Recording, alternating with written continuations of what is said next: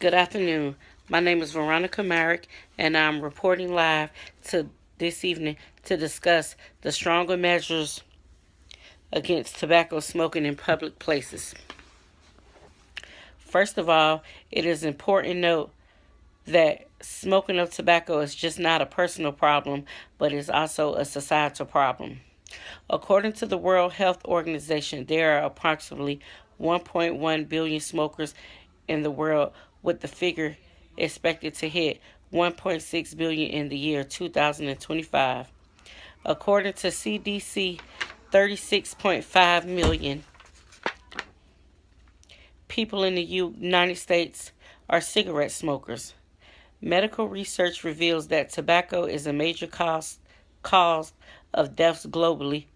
In fact, 1 in every 10 deaths is caused by smoking. It is very worrying that the rate of tobacco use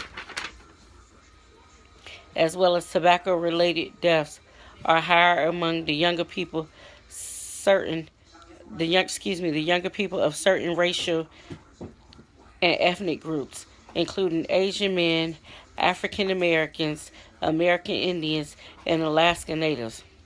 The new users of tobacco are below the minimum legal age to buy and take tobacco and related products. However, the current advertisement and promotions of tobacco are directed to the young generation.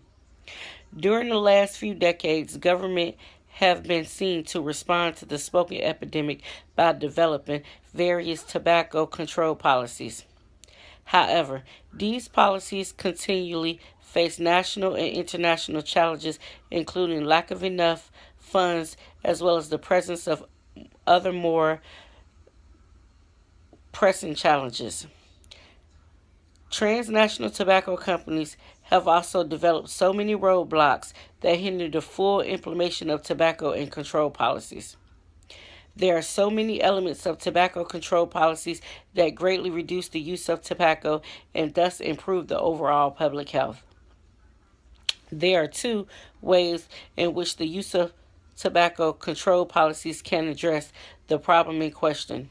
One is the supply side controls, in which the sale and import of tobacco are limited, and the other alternative crops are encouraged. The second is demand side control, in which the consumption is limited and discouraged as much as possible. This can be done through taxation, bans, and advertisements of marketing of tobacco, products prohibiting the use of tobacco by minors, putting health warnings, restrictions on ingredients used in tobacco products, restrictions on where people smoke, and importantly, providing therapy on how to. This paper advocates for the restriction of tobacco use in public places and supports the ban of all flavored tobacco. There are many instances where people just smoke carelessly without consideration of the health of other people who are non smokers. In fact, the World Health Organization states that about half of the children regularly breathe air that is already polluted by smoke in public places.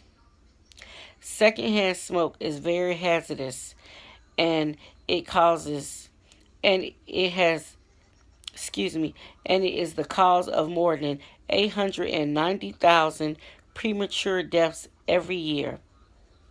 In fact, in 2004, about 28% of the deaths attributed to secondhand smoking were children and young adolescents.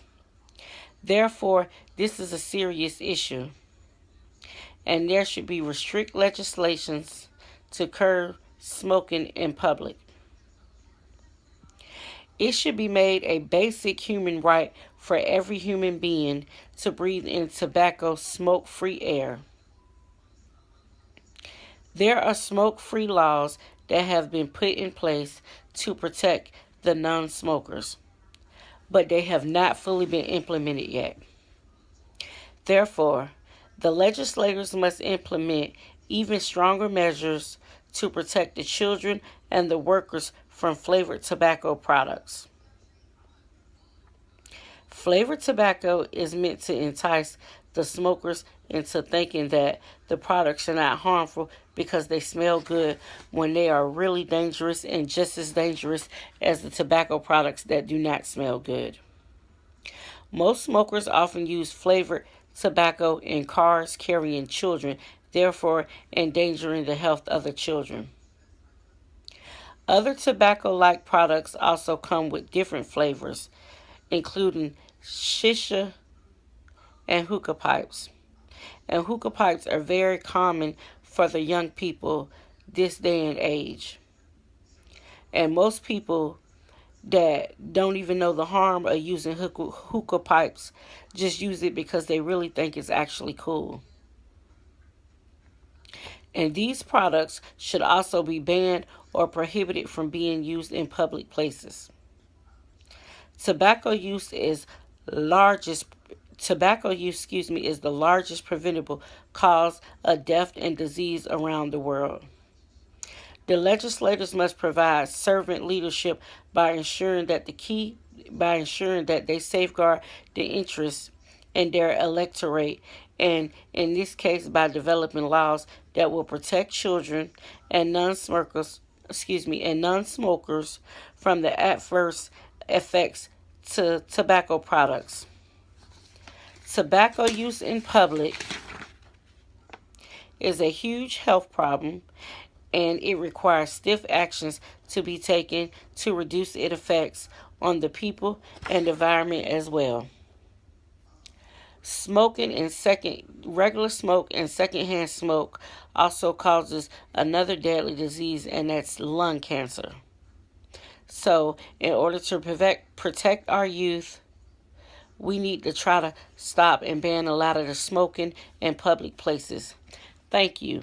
Once again, Veronica reporting live. And we will touch more on this basis tomorrow evening around the same time.